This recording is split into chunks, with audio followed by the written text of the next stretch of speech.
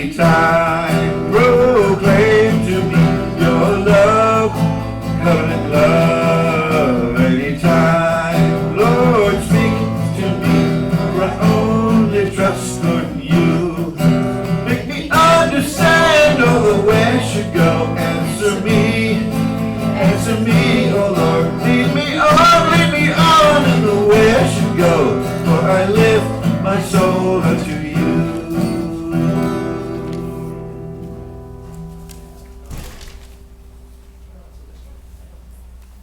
There's no special story that goes with that one. It's pretty obvious.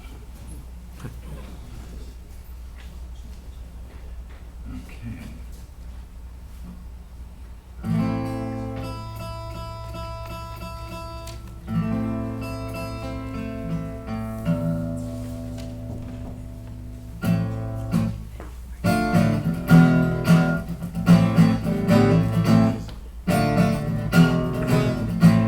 The ransomed of the Lord shall come, singing hallelujah. Gather round at Zion, praising God's name.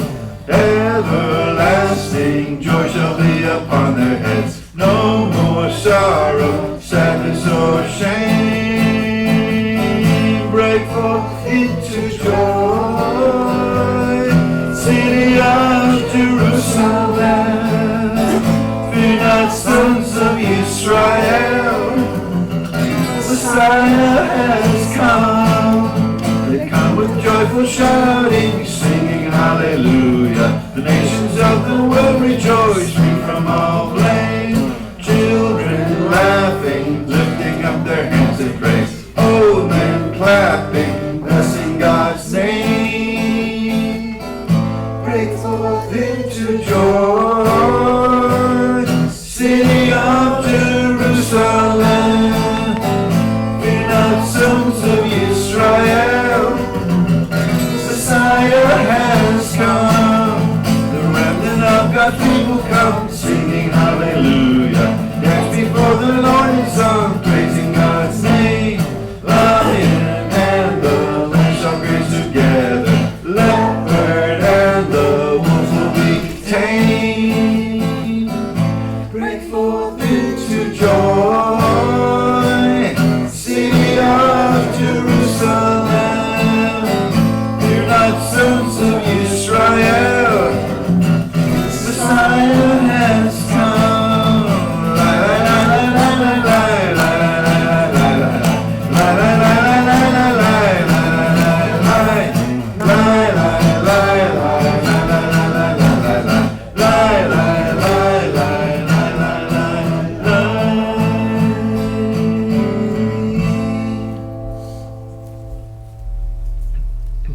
Too late to turn. The new year already. Okay.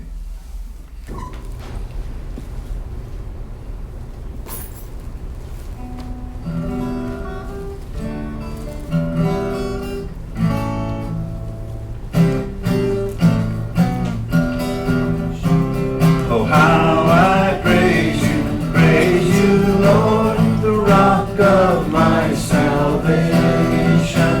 It's you I praise from shore to shore in all your creation. Let it ring from mountain tops and let my voice proclaim the tender mercies of my Lord. Yeshua is his name. Messiah of Israel, Savior is he, restorer of our nation. The hope of David now we see, bringing us salvation. Root of Jesse, Lion of Judah, Judge of Israel. So now we praise you for your joy and love that never fails. Oh, how I praise you, Lord, the rock of my salvation. I praise from shore to shore in all your creation.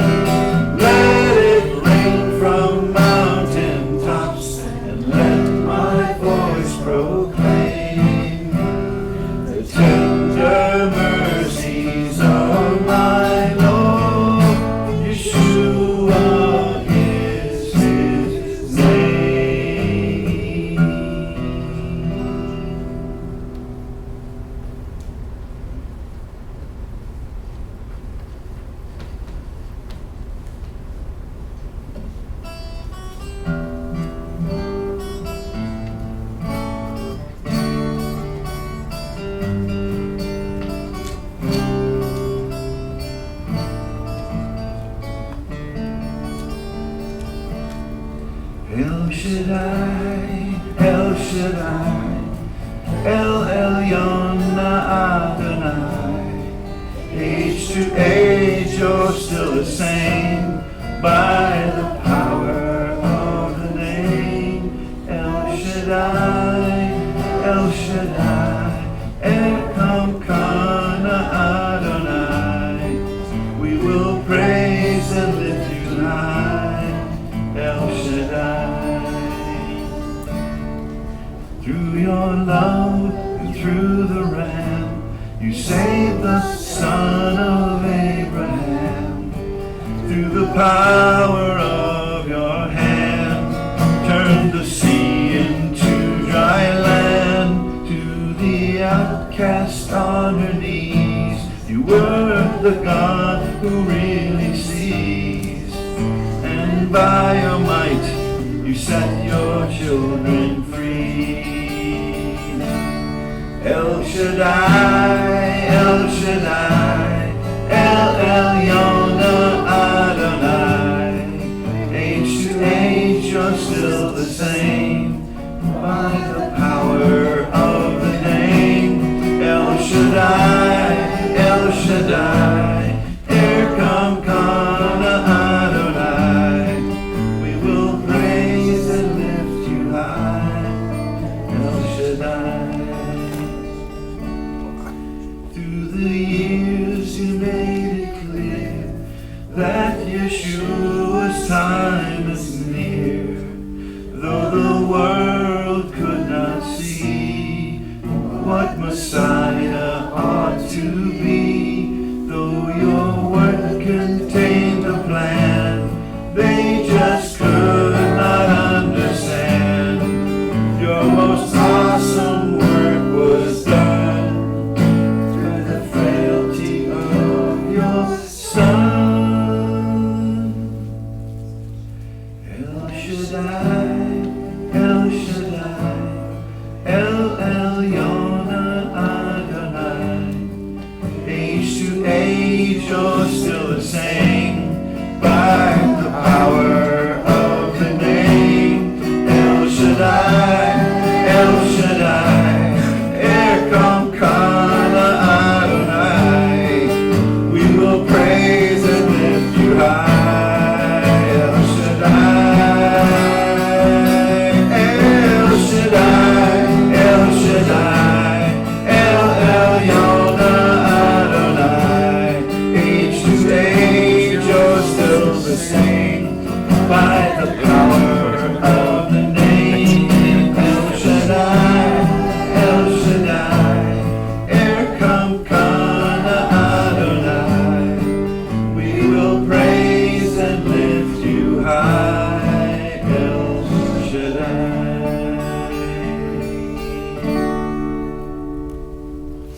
Shabbat Shalom, everyone. I knew everyone would show up. Start singing. Great to see you all here.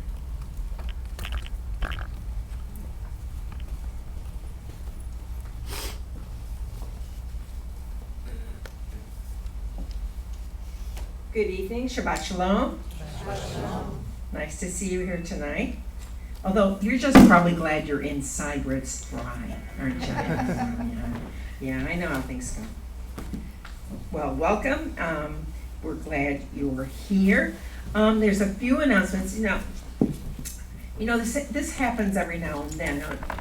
I only point it out every so often, but it seems weird that although I do not have any communication with where these decisions are made, that my outfit often matches or goes with. It's either that or I match my husband, and he and I do not communicate about what he is going to wear that day. I don't see what he wears that day, but tonight it's all right. But anyway, many pieces of paper, which means I don't have to tell you these because I'm assuming that you will be reading them on your own.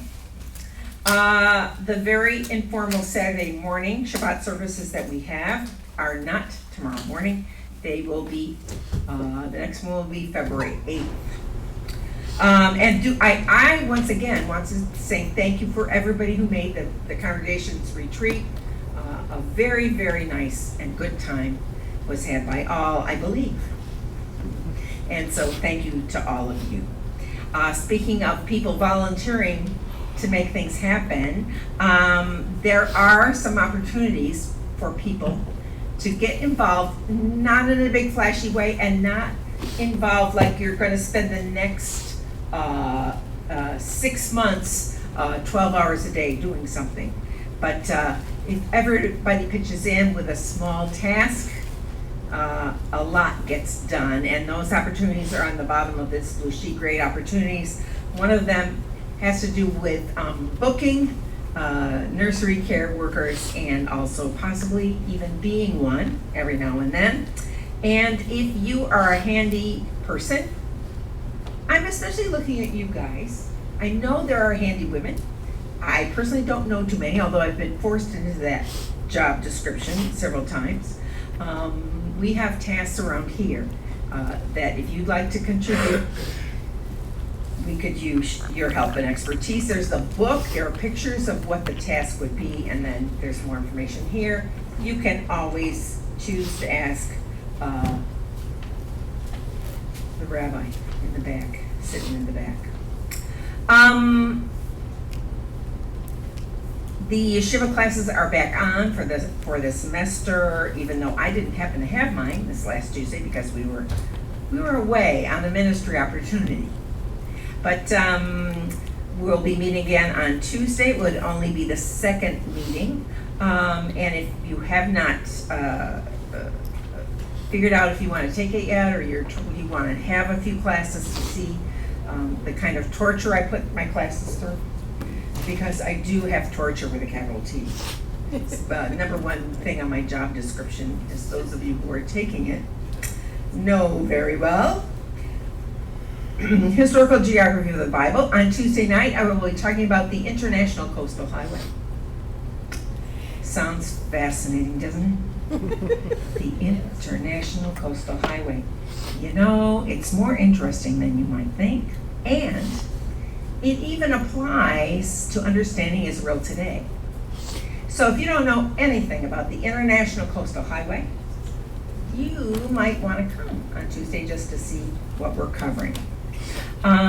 Those of you who are in my class, hopefully you have gotten your textbooks, the textbook by Mr. Monson and the map book. And if you haven't, you can discuss that with me and or Matt and or John Fisher. John will be teaching his third class on Messianic apologetics. Apologetics is a very interesting pursuit.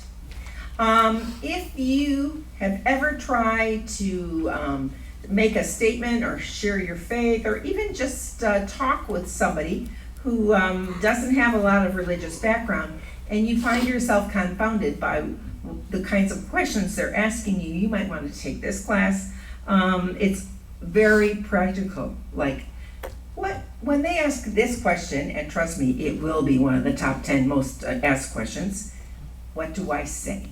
And then you are given a whole realm of answering that question. If that's of interest to you, that's on Thursday nights. Mine is on Tuesday nights.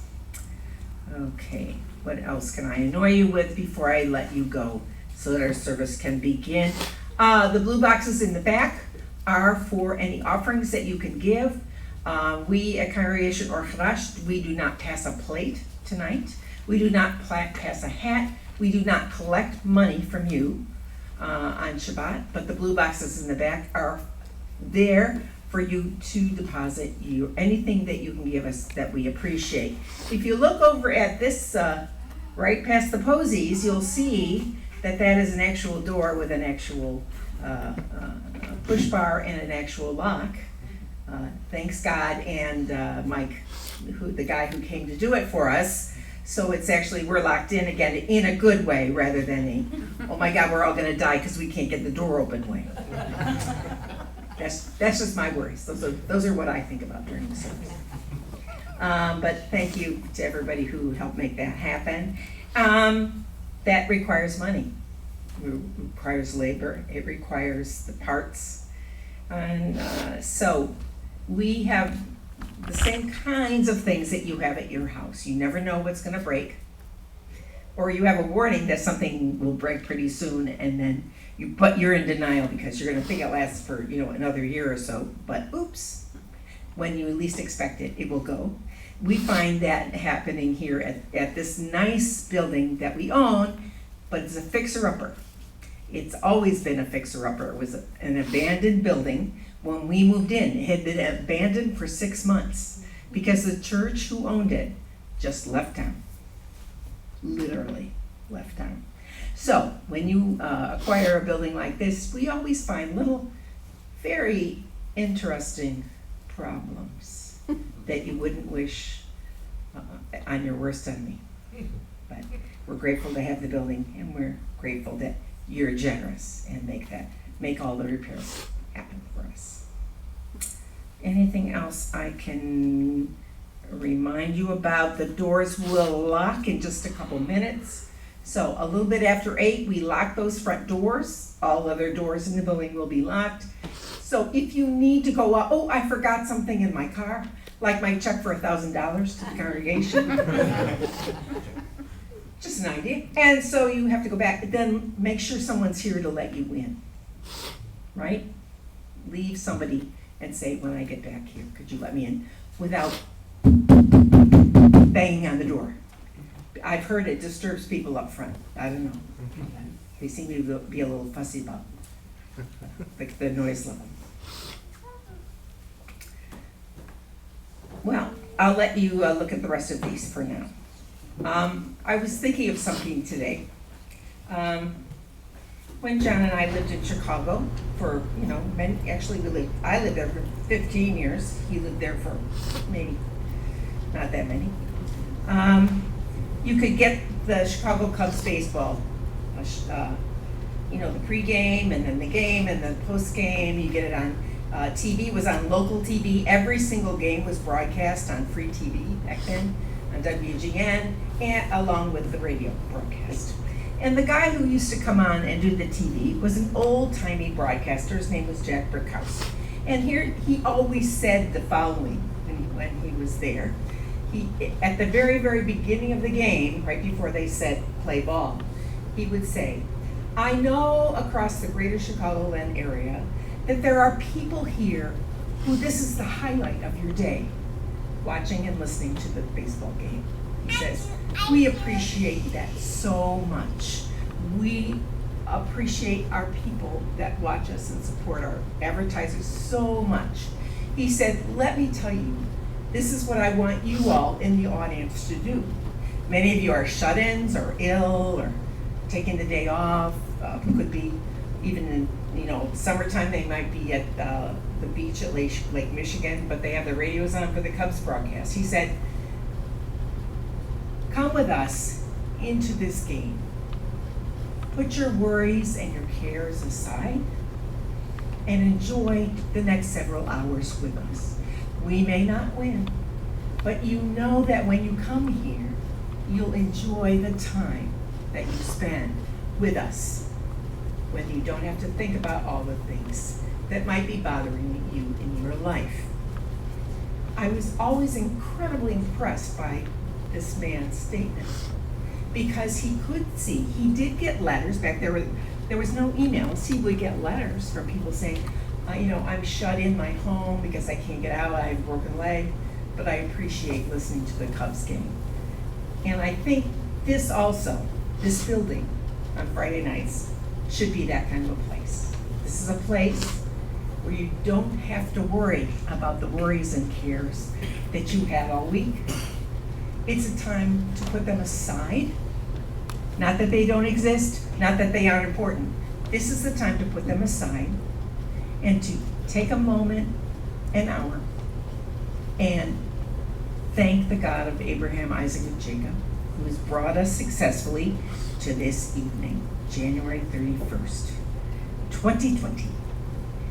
And so thank you for spending this with us, and I hope you do experience God's love and rest and peace from whatever burdens you're carrying today.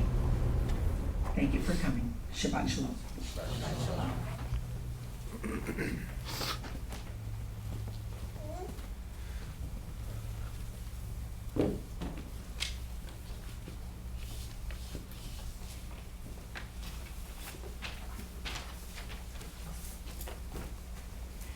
And as we begin this evening, we begin with Magen Avot, pages 10 to 13. Appropriately, a shield to our ancestors. And I say appropriately because this is the week that we in fact read about Passover. We got in a very dramatic way. It was exactly that, a shield to our ancestors. Richard leads, we respond on pages 10 to 13.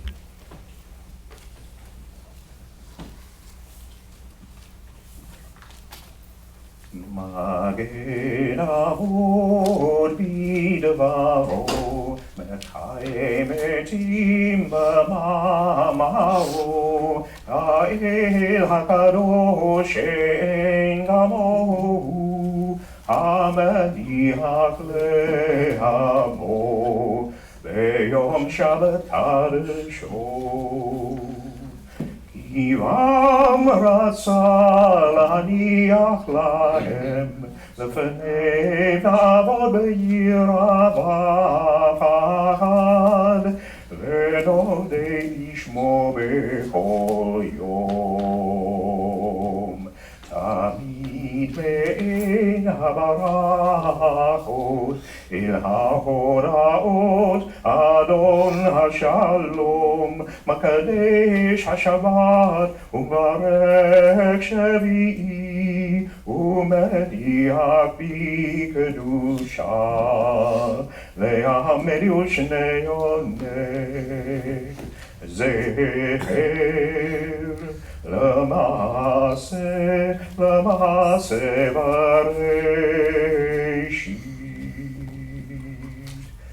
Zeher L'Maaseh Bareishit.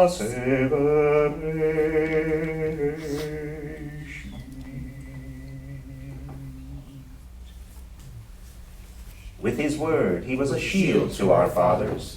By his decree he will give life to the dead.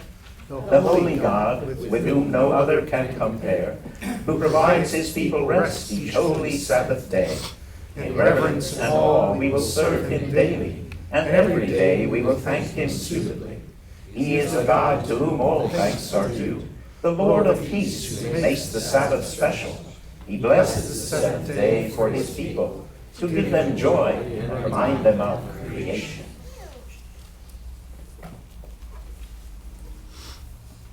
He makes the Sabbath special. And so now as we light the Shabbat lights for this evening, we're reminded yet again of the specialness of Shabbat, because it stands as the weekly reminder that God has entered into a contractual relationship with us. He is our God, we are his people, and it's for as long as the Shabbat keeps coming. In other words, forever.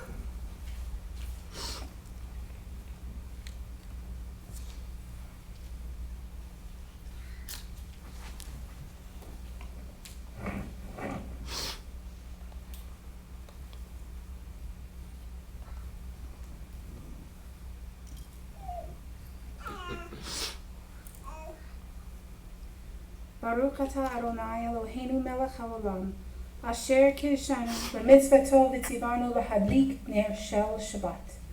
Blessed are you, O Lord our God, King of the universe, who has set us apart by your commandments and commanded us to light the candles for the Sabbath.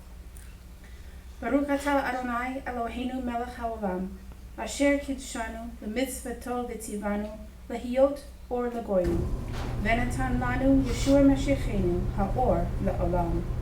Blessed are you, O Lord our God, ruler of the universe, who sanctified us by your commandments and commanded us to be a light for the nations, and gave us Yeshua our Messiah, the light of the world. Shabbat Shalom. The second of those blessings reminds us of the one who in fact secured our destiny permanently, because he brought us into relationship with our God in a very deeply personal level. And now, as pictured by the sages of old, he sits in one of the places of authority in the heavenly realm to make sure we realize that our relationship with our God is in fact perfect. Pages 40 and 41, Elohim Asher enables us to enter that throne room scene where he sits and where we now get to respond. Elohim אשר דיבר.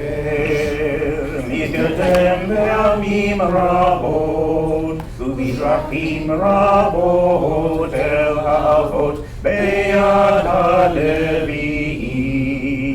דיבר עלינו באחרית הימים האלה, ביד הבן אשר שם ליורש כל, ובידו גם עשה את העולמים, וזוהר כבודו, וסלם עצמותו, ונושא כל בדברו. רע גבורה מלאכה שעשה, טיהור חטאים ישב לימין. Hallelujah. In the past, God spoke to our fathers through the prophets at many times in various ways. But now, in the end of days, he has spoken to us by the Messiah, his Son, whom he appointed heir of all things, and through whom he made the universe.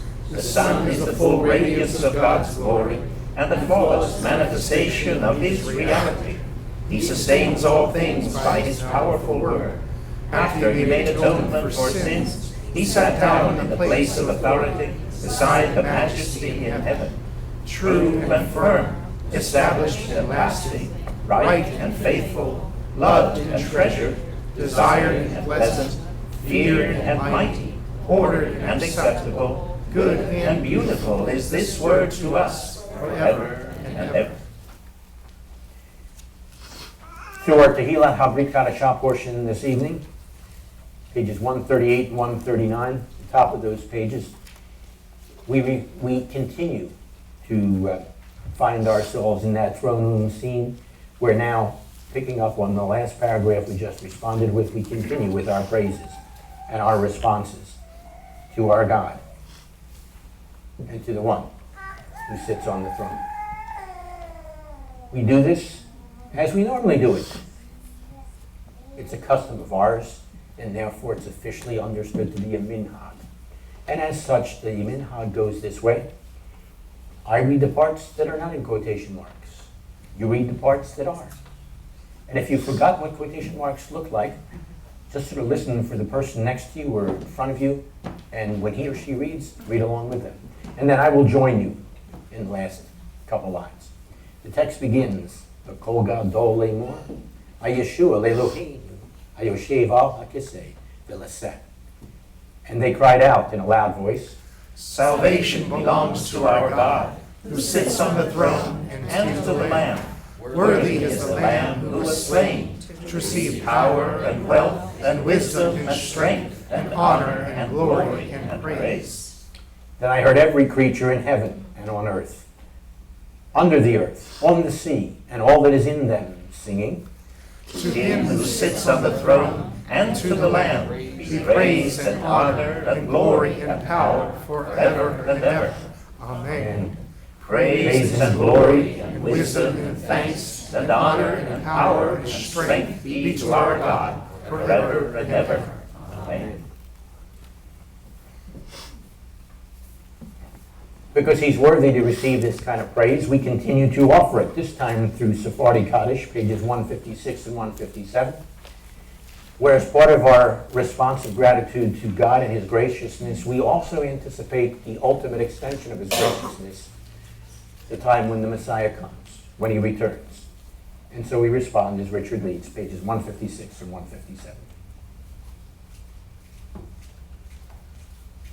יתגדל ויתקדש שמר הבא. Amen.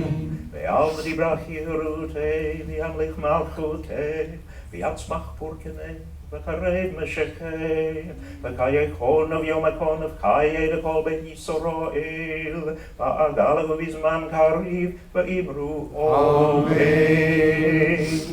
יהי שמרה במבורך, לעולם ולעולם יתברך. Shmer Bamavarach, Leolam Olomeo Maya Yitbarach, V'yishtabach v'yit Ba'ar v'yit Ramam v'yit Naseh, v'yit Hadar v'yit Haleh v'yit Halal, Shmer Kudeshah Berichu, V'ele min kol birchata v'shirata, Tushmakata v'negamata, Na'amiran be'oma v'imru Amen. Yesh lamara min Shemaya, V'chaim tovim aleinu, Ve'al kol Yisrael v'imru Amen. Osei shalom bimroma, Hu ya'asei shalom aleinu, Ve'al kol Yisrael v'imru Amen. Glorified and sanctified be his great name in the world, which is created according to his will. May he bring about the reign of his kingdom and cause his salvation to sprout and bring near his Messiah in your lifetime and in your days and in the life of all the house of Israel, speedily, yes, soon, and say, Amen. May his great name be blessed forever and forever, eternally. Blessed and praised, glorified and exalted, extolled and honored, adored and lauded be the name of the Holy One. Blessed be he, who is high above, far above, all blessings and hymns and praises and consolations which are spoken in the world, and say, Amen. May there be great peace from heaven, and good life for us and for all Israel, and say, Amen. He who makes peace in the heavenly realms, may he make peace for us and for all Israel, and say, Amen.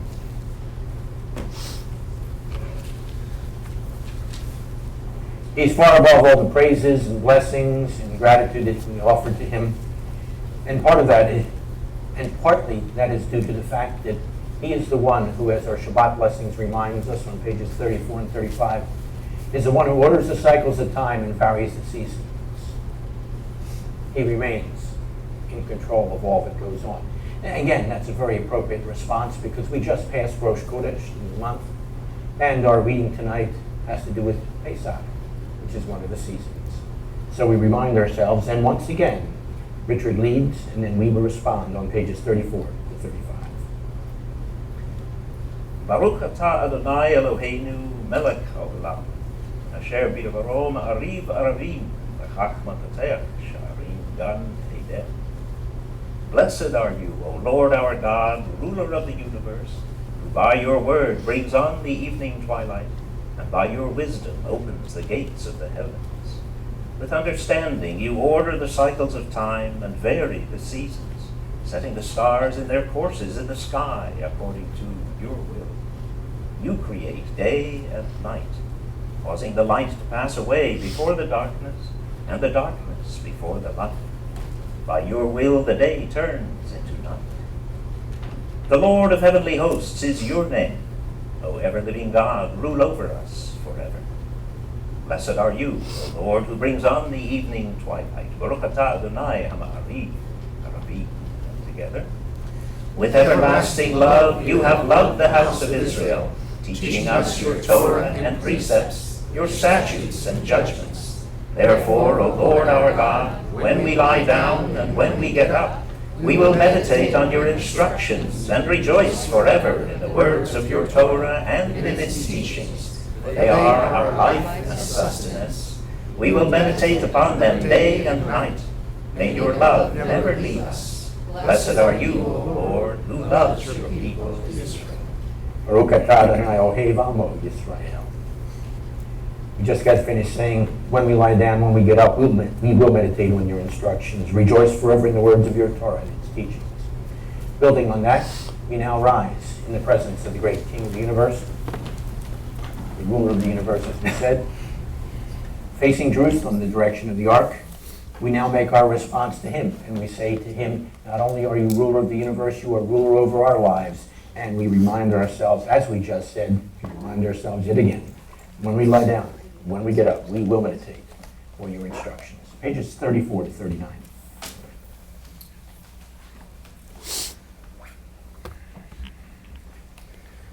Shema Yisrael, Adonai Eloheinu, Adonai Echad. Baruch Shem, Kevod Malchuto, Leolam Vaed. Ve'ata et Adonai Elohecha, בכל לבבך ובכל נפשך ובכל מאודיך.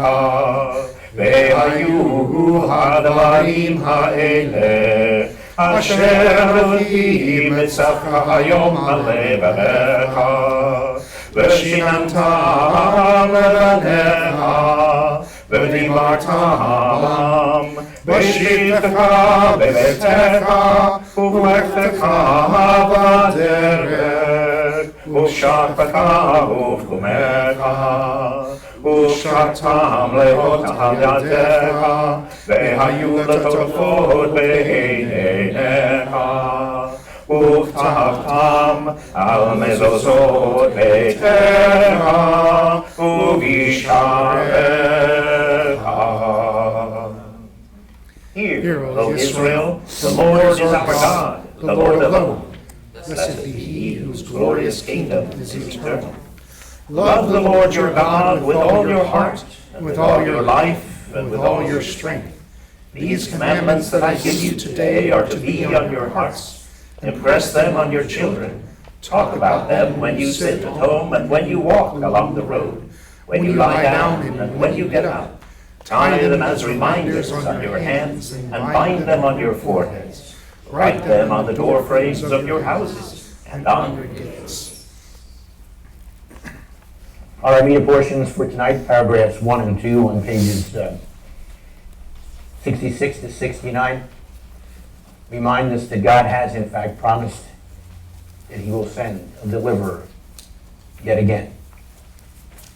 And we are reminded as well in those portions that He's the one who raises the dead. And when He does in fact raise the dead, it will be the time when the Redeemer has come, or as we understand it, has returned. Utilize these words as your expressions of gratitude to our God quietly. Pages 66 to 69.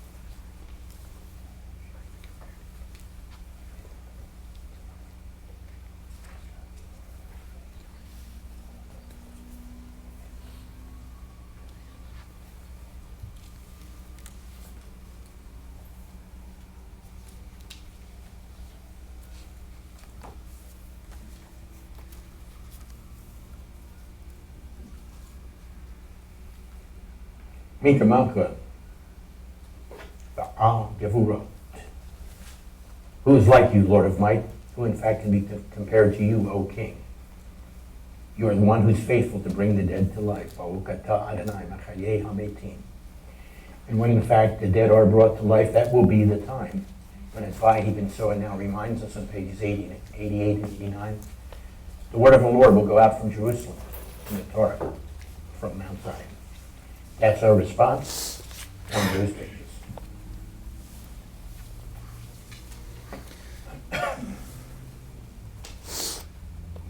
Vahi ben Aaron, Vayomer Moshe, Adonai vayafu soy vaka veadusu mesanecha mi'anecha. Ki mitzion tetzei Torah, ki mitzion tetzei Torah, U'Adonai Adonai Mirushalayim, Baruch Shenatan Torah Torah, Baruch Shenatan Torah Torah, Le'amo Yisrael B'kedushato.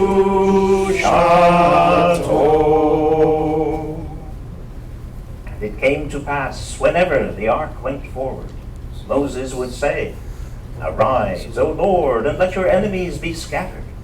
May those who hate you flee from before you. For from Zion shall go forth the Torah, and the word of the Lord out of Jerusalem. Blessed be he who in holiness gave the Torah to his people Israel. His people Israel and those who've responded together with them and joined together with them now all respond to this great gift that God has given, the treasure he has bestowed on us. And our response is page 133 plus the insert. And I'm going to ask if one of you would be kind enough as the procession goes by to hand me the insert, which has disappeared from up here in the pulpit.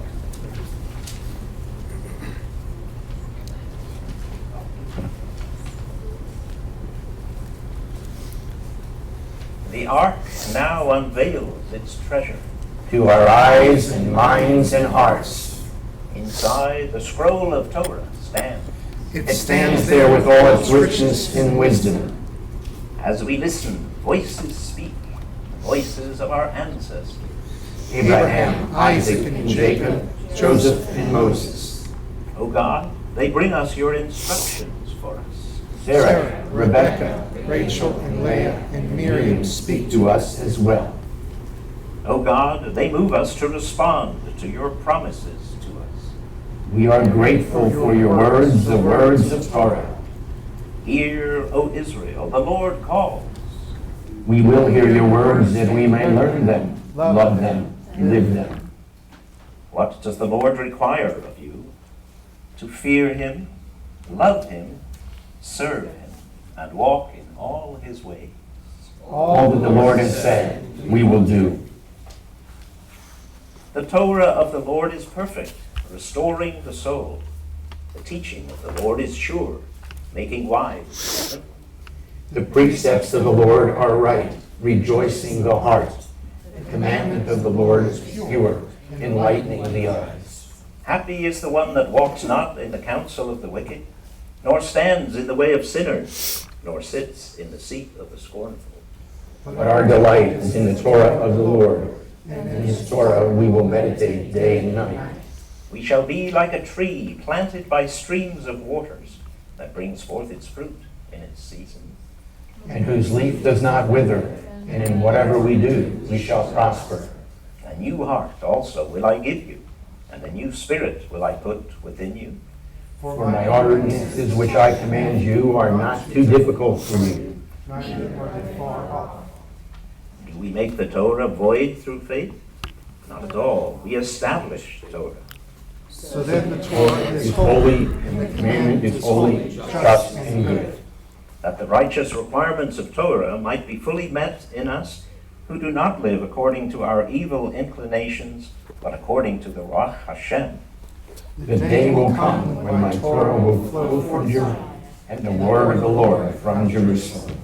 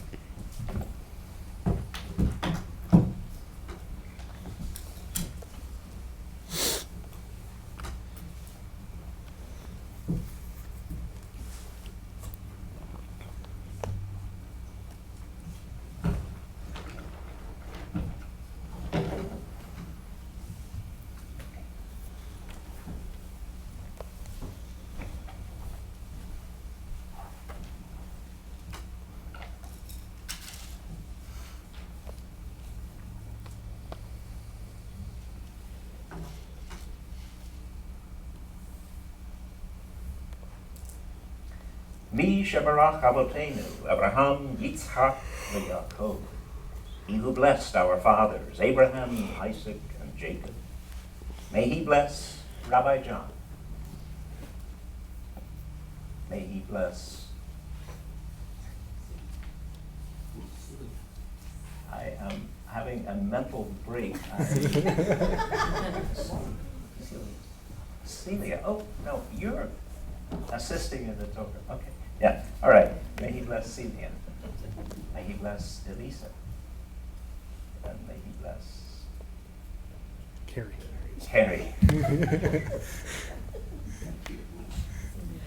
Who have come up to honor God and the Torah. May the Holy One bless them and their families, and send blessing and prosperity on all the work of their hands. Baruch hu Adonai HaMavorach, Baruch Adonai HaMavorach le'olam vaed, Baruch atah Adonai Eloheinu melech haolam, asher bachar banu mikol ha'amim, v'natan lanu et Torato. Baruch atah Adonai noten haTorah. Amen. Bless the Lord who is blessed. Bless the Lord who is blessed forever and ever. Blessed are you, Lord our God, ruler of the universe, who chose us from all peoples and gave us the Torah. Blessed are you, Lord, giver of the Torah.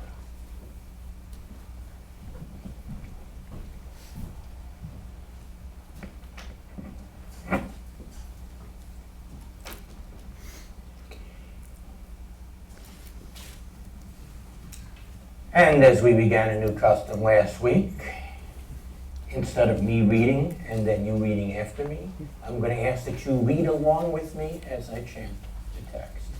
You'll find the reading in the front inside cover. Front inside cover. Yeah, that's the good Hebrew of your bulletin.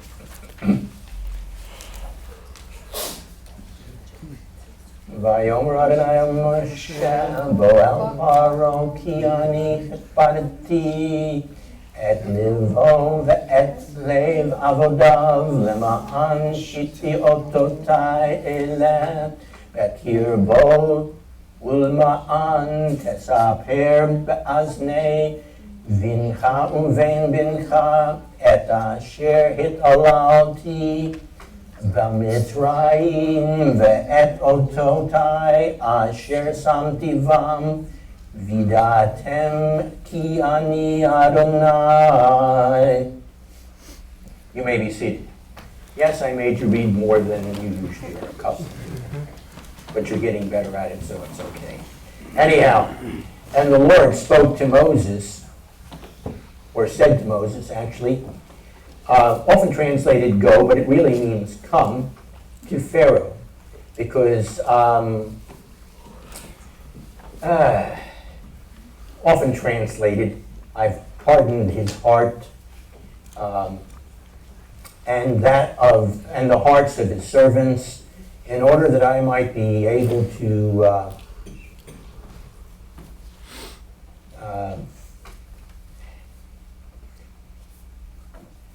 how do I want to translate that? I think put in this case will be better. These miracles are signs among them, and here's the reason: in order that you may tell, it literally says, in the ears of your children and your children's children, but in order that you may relate personally to your kids and your grandkids that which often translated performed in Egypt, but perhaps a better understanding might be, now we'll leave it at that for the moment. I'll get to how it might be later. And let's see, relate to them as well the signs which I have now placed among them, so that they may know that I am the Lord. A lot of good stuff in here. I shared just a couple pieces for you. So much good stuff that I'm going to stop right now. Yes, the rest of the story will come later.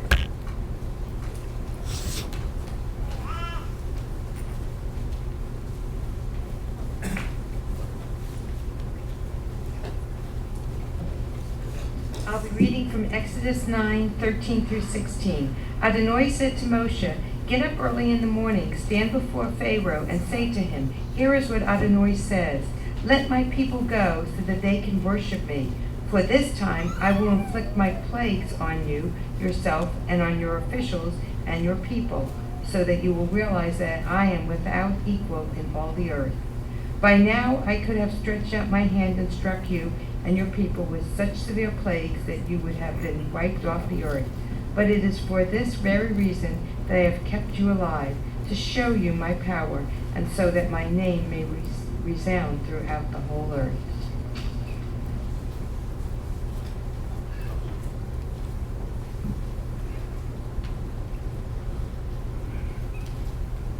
Baruch atah Adonai Eloheinu melech haolam asher natan lanu borat emet v'chayei olam nata b'tocheinu.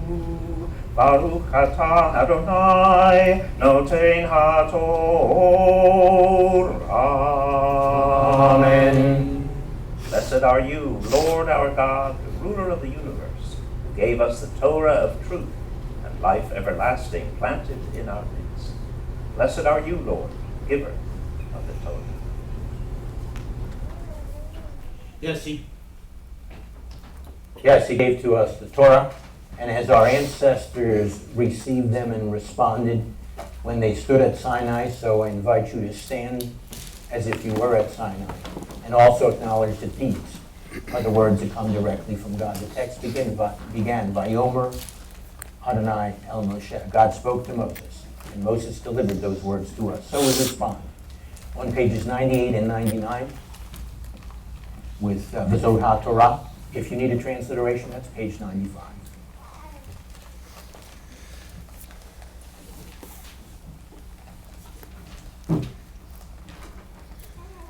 V'zot HaTorah asher sama Moshe lifnei b'nei Yisrael api Adonai b'yad Moshe. This is the Torah which Moses placed before the children of Israel. It is in accord with the Lord's command by the hand of Moses.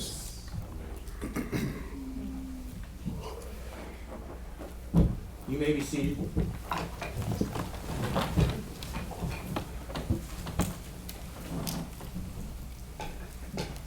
be reading from Exodus 13. Adonai said to Moshe, "Set aside for me all the firstborn, whatever is first from the womb among the people of Israel, both the humans and of animals, belongs to me. When at some future time your son asks you, 'What is this?' then say to him, 'With a strong hand Adonai brought us out of Egypt, out of the abode of slavery. When Pharaoh was unwilling to let us go, Adonai killed all the firstborn males in the land of Egypt, both the firstborns of humans and the firstborn of animals. This is why I sacrifice to Adonai any male that is first from the womb of an animal, but all the firstborn of my sons I redeem. This will serve as a sign on your hand and at the front of a headboard band around your forehead, that with a strong hand Adonai brought us out of Egypt."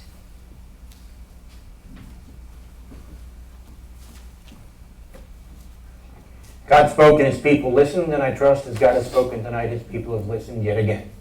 And if we have, then we respond as we do, pages 96 and 97, with its kind, a tree of life. As it takes root in us, we say, renew our days as of old. Es chaimi lamar chazikim ba ve'tom hei ha-meushar terah hei ha-dar hei noham ve'chol tzivotei ha-shar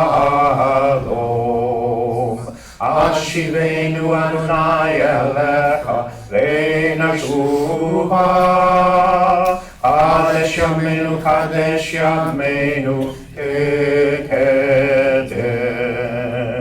Hashivenu Adonai Elecha V'Nashuva. Kadesh Yameinu, Kadesh Yameinu, Kekedem. The tree of life it is to those who take hold of it, and happy are those who support it. Its ways are ways of pleasantness, and all its paths are peace. Turn us, Lord, to you, and let us return. Renew our days as of old.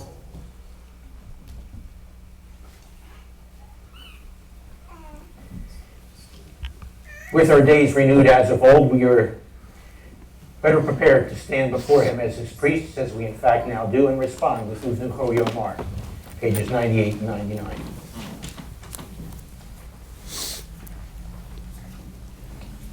Uvnucho Yomar, Shuvah Adonai Rivavot Alfei Yisrael. When the ark rested, Moses would say, "Return, O Lord, to the myriads of Israel's families. Arise, O Lord, to your resting place, you and your mighty ark. Clothe your priests with righteousness. May those who have experienced your faithful love shout for joy. For the sake of your servant David, don't delay the return of your Messiah." Ba'avur David Adecha, Al Tashev Penei Meshikah. Ki lekach tov nafti lachem, torati ata azovu. I give you good instruction. Do not forsake my Torah. And as we greet one another up here in the Bima, we invite you to greet those around you out in the pews.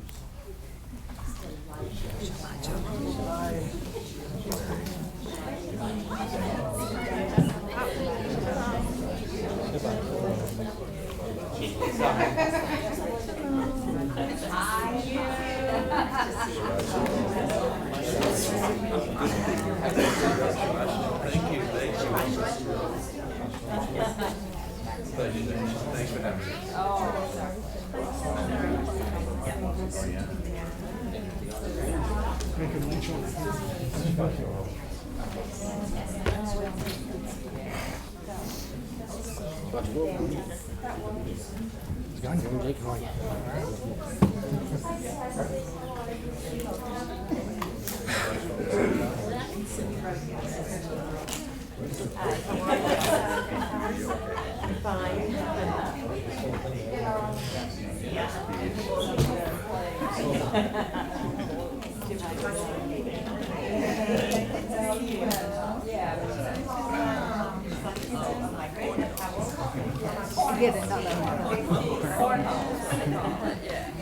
Okay, enough with the hugging and the greeting. Shabbat school is excused.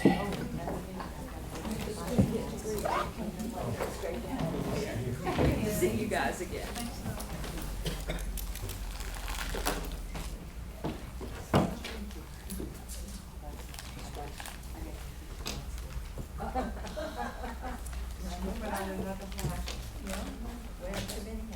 It's okay.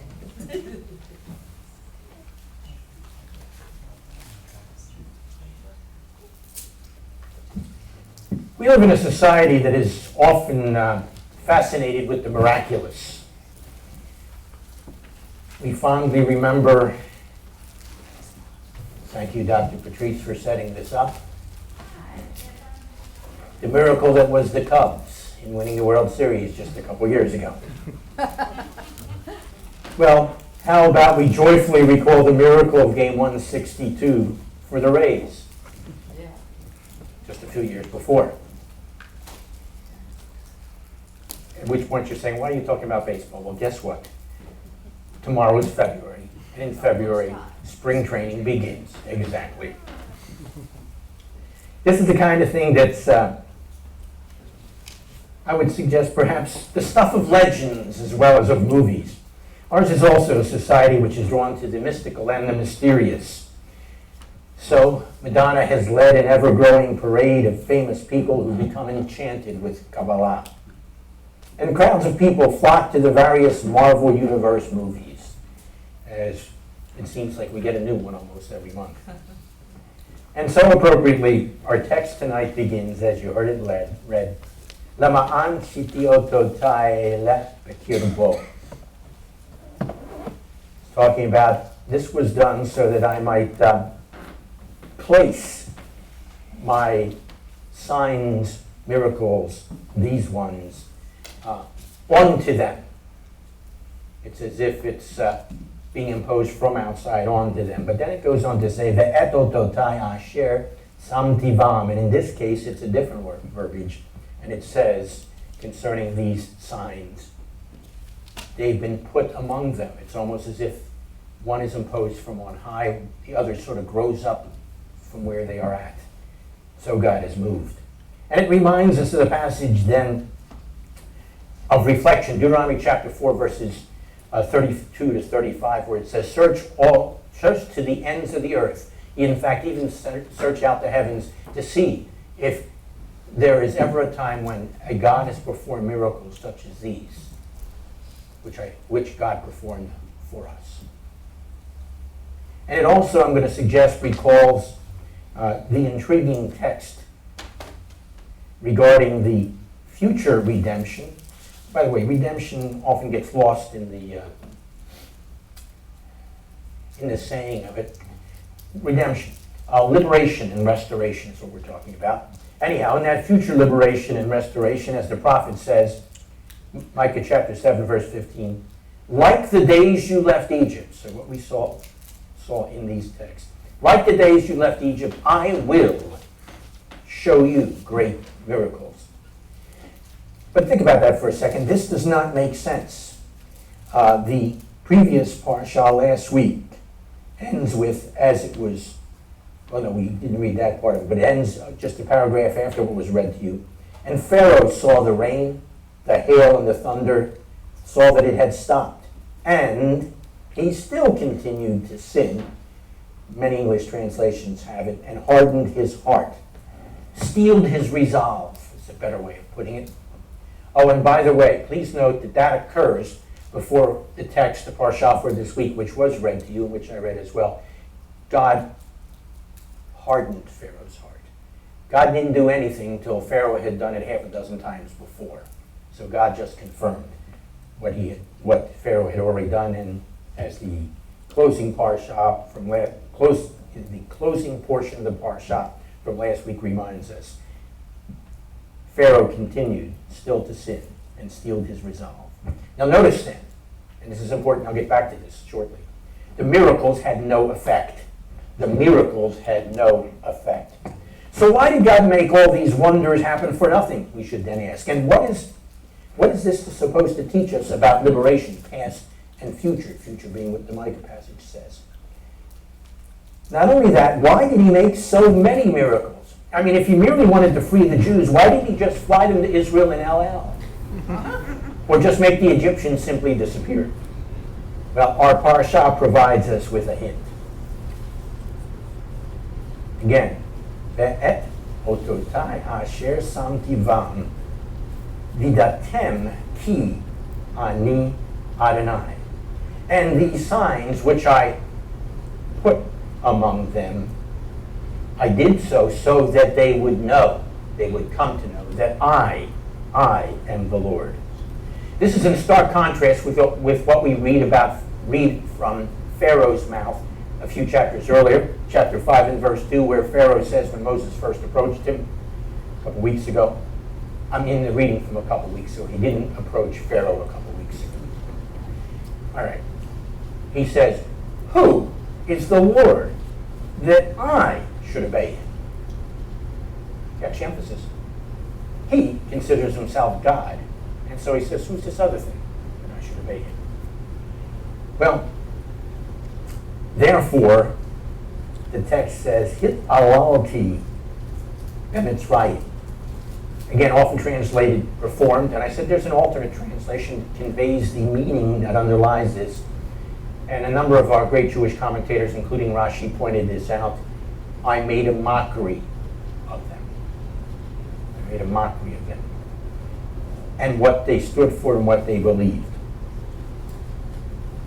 Now remember, prior to this week's parsha, 7 plagues have already been sent on Pharaoh and on his people, with each plague rendering a different Egyptian god and element of society helpless.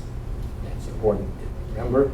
We still see the unrelenting Pharaoh continue to defy God's order to let his people go. So in tonight's text, we see God unravel the great illusion of Pharaoh as God and break through the arrogance of a leader whose kingdom was, to borrow a phrase from another interesting story, whose kingdom was simply built on the sand. And in the reality, please remember that in Egypt it is literally built on the sand as well. Come on, stick with me, gang.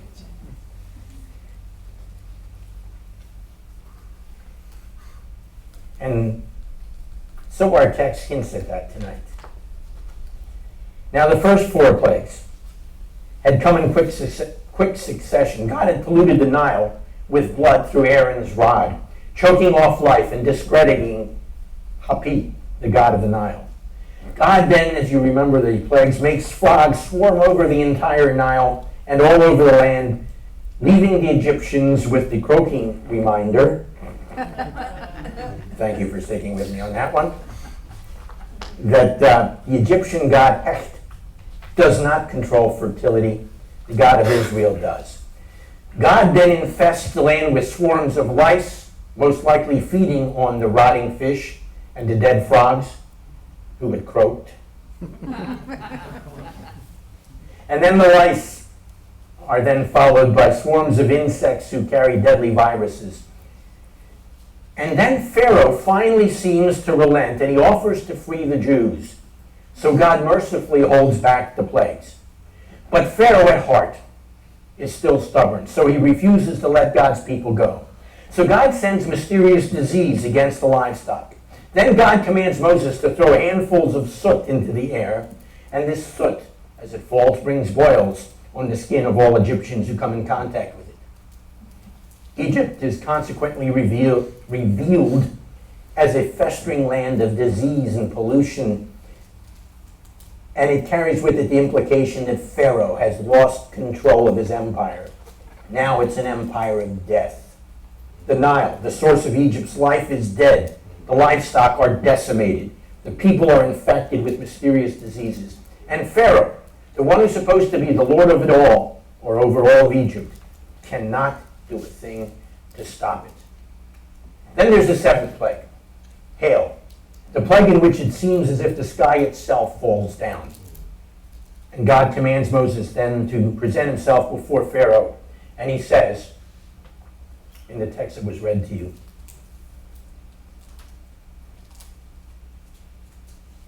here's what the Lord says, the God of Israel. Let my people go so that they may worship me. Hold on to that thought for a minute. This time I will send all my plagues on you yourself and on your officials and on your people, so that you may know that there is no one like me in all the earth. Does that sound familiar? We often sing it. Ein kamoka, Elim Adonai. There is no one like you, O Lord, among the gods in all the earth. And then back to the text. For by now I could have stretched out my hand and struck you and your people with disease, and you would have been cut off from the earth. But this is why I have let you live, to show you my power and to make my name resound. Remember, name has to do with reputation. So to make my reputation resound through all the earth. Yet you are still exalting yourself against and over my people and will not let them go. So the text says. But even the hail does not convince Pharaoh. And so we read at the end of the chapter, the last part of the parashah from last week, he continued to sin and he steeled his resolve. Therefore, along come the locusts and the darkness, our parashah for this week.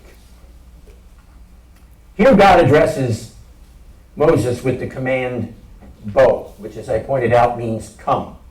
And so we gain an insight perhaps into God and his ways, because rather than saying go, he said come.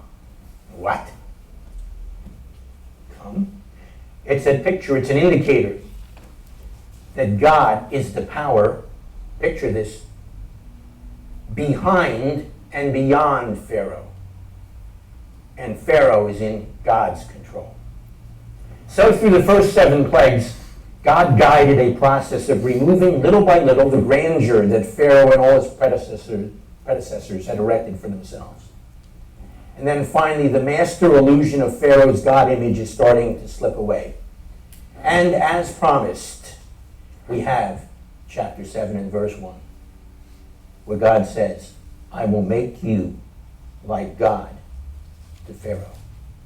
In other words, pointing out that he is not God. And so the influence and fear that Pharaoh was able to wield has finally vanished under the darkness of the 9th plague. And the chief god of Egypt, Ra, the sun god, is seen to have expired. And just what had Pharaoh learned from all these plagues and signs that God had brought on him? Well, perhaps he learned something like this. Nothing is foolproof to a sufficiently determined fool. Yep. Atheism, now hear me carefully, is a non-profit, P-H-E-T, organization. I have to wait till some of you catch up with it. He may have learned that death is life's way of telling you, you've been fired. Well, he hadn't learned that yet, but he certainly was about to. Now, there's a very interesting hint in the instructions regarding that 10th plague. They're found in chapter 12. The lamb, by the way, the lamb is a picture of another Egyptian god. The lamb is killed on the 14th of Nisan and then eaten that evening. So what? Well, remember, darkness had obliterated the sun over Egypt. The evening of the 14th and 15th of Nisan was the night of the full moon, indicating that the God of Israel had clearly triumphed over the gods of Egypt. But there's still more to our story. Our section with all its plagues also alerts us that people are not ultimately affected in a permanent or deep way by miracles. After all, remember, Moses ended up doing 10 of them, and they had no lasting results on either Egypt or on Pharaoh, for 2 reasons. Miracles are temporary. As soon as the miracle stops, so does its effects, as it did with Pharaoh. And 2, they are impersonal. They may amaze you, but they rarely transform you. But in the future liberation, it will be different. Remember the text from Micah 7:15 that I mentioned earlier on. Like the days you left Egypt, I will show you great miracles. And then the miracles will be constant. The world will be filled with the knowledge of God at that time. And also, they will affect each person. Malachi 4, in the opening paragraph, reminds us of this with a different kind of picture. And again, providing light in the darkness. He says, the Son of Righteousness, that's spelled S-U-N, the Son of Righteousness will rise with healing in its wings. And so everyone will truly and personally know God. By the way, this gives us further insight into the plagues. As we've seen, all 10 signs were meant to discredit the false gods of Egypt and Pharaoh's false claim to govern creation. On the positive side, these miracles, these plagues, these signs as they are called, were meant to convince all of Egypt that the God of Israel really existed, that God had a special covenant relationship with the children of Israel, and that God and God alone is the creator and king over all. So we learned that the 10 signs, and they are called signs, that God brought upon Egypt were both punitive and redemptive. By punishing Egypt for their transgression, God gave them the opportunity to turn from their transgressions and be spared like he had spared Nineveh. Even further, before that. And by the way, remember, some did, like Nineveh, respond. Because when they left Egypt, it was a mixed multitude. There were Egyptians that were among them, we're told. Even further, according to Deuteronomy chapter 18, verse 18, God said he would raise up a prophet like Moses from Israel to be their final liberator, like Moses. But what made Moses unique as a prophet? Well, the Torah tells us that the key aspect was, as the Torah itself closes at the end of Deuteronomy, all these miraculous signs and wonders God sent him to do in Egypt. And given that as a background, it therefore only makes sense that the first sign, the first Mosaic-like sign that Yeshua performed, involved the transformation of water into wine at the wedding in Canaan. What was the first sign Moses produced? The water was turned red with blood. And here Yeshua turns water into what is often called the blood of grapes, wine. Oh, by the way, the rest of John picks up on this theme, but that's another story. In fact, it's a whole course. And that was a commercial, in case you were wondering. But then, strangely, tacked on at the end of this week's Parsha, seemingly as an afterthought and almost out of nowhere, is the commandment regarding tefillin, the phylacteries, to serve, as the text says, as a sign on your hand and as a remembrance between your eyes. Sign, there's that same term as for the miracles, and there's the connector. Further, tefillin are referred to, like I said, as a sign, as something special, and in fact reminds us of the miraculous. So then it raises the question, so what's the connection between tefillin and the previous sections of the Parsha dealing with Israel's liberation? Well, the Exodus passages where tefillin are listed center on the theme of liberation, whereas the related passages in Deuteronomy, the related tefillin passages, focus on following God's will, what we call the mitzvot, the behaviors that are in keeping with his guidelines. Now, these distinct purposes for tefillin express a major theme that's found throughout the whole Torah. And it's in fact, because of the tefillin passages here, is reiterated for us at this point, as the story concludes for this week.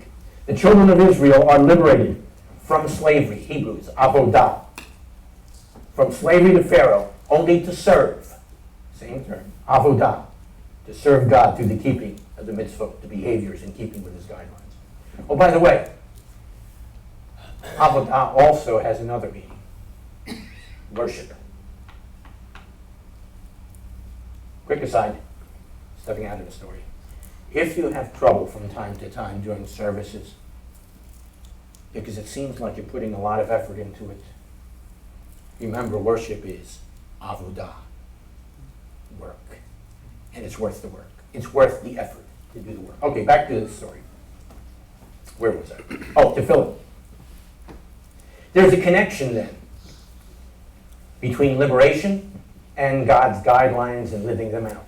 So our liberation is also inextricably connected to our service to God through the keeping of the mitzvot, living lives in accordance with his guidelines. And the tefillin at the end of our parsha reminds us of this vital connection. In other words, as the rabbi said in Romans chapter 6, God set us free so we can freely serve him, our God, the God of and over all creation. He set you free so you can choose to serve. Take the next minute or so in quiet reflection to renew that choice. Amen.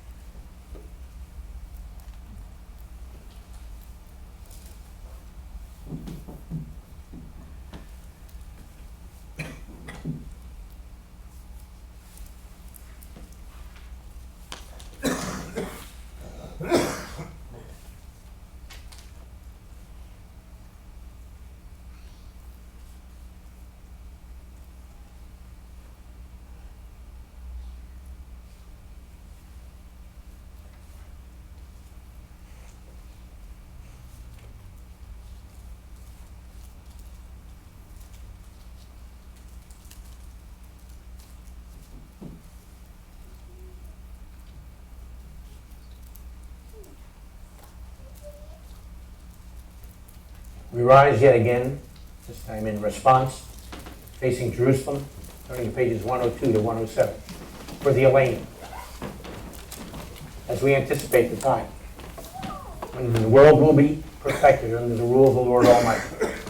Perfected in the sense of being liberated and restored, as our text tonight anticipated, so we now anticipate too.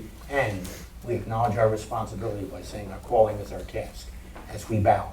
And speaking of bowing, please note that the Siddur says clearly, you bow for the line. One line, and if you don't know which line it is, always watch the cantor.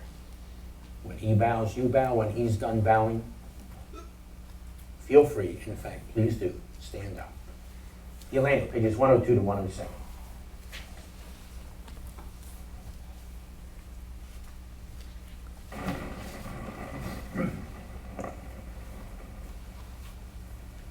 עלינו לשבח באדון הכל, לתת גדולה ליוצר בראשית, שלא עשינו כגויי הארצות, ולא שמענו כמשלחות האדמה, שלא שם חלקנו כהם, וגור עלינו ככל המונם, ואנחנו הורים ומשתחווים ועובדים לפני מלך מלכי המלכים הקדוש ברוך הוא, שהוא נוטה שמיים ויוסר הארץ, ומושב יקרו השמיים ממעל, ושכינת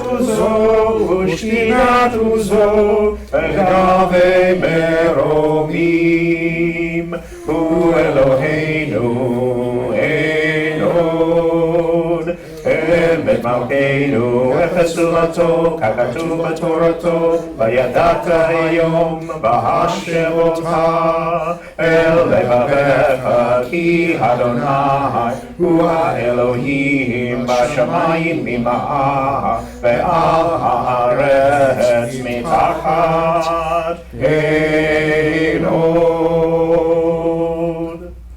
It is incumbent upon us to praise the Master of all, to exalt the Creator of the world, for He has made us distinct from the nations and unique among the families of the earth. Our destiny is not like theirs, our calling is our task.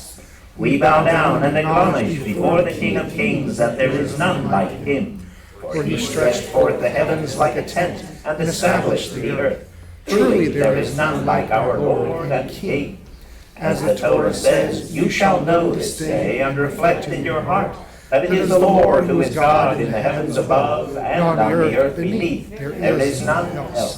We hope, O Lord our God, to soon behold your majestic glory, when all abominations shall be removed and all false gods shall be at an end. Then shall the world be perfected under the rule of the Lord Almighty, and all mankind shall call upon your name. For to you every knee must bow, and every tongue declare that you are God. Reign over us soon and forever. May the kingdom of David's greater Son be established forever. For then shall the words be fulfilled. The Lord shall be king forever, and the Lord shall be king over all the earth. On that day the Lord shall be one, and his name one.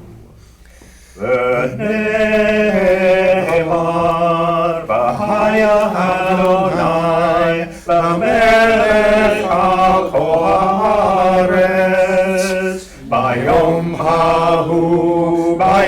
ההוא יהיה אדוני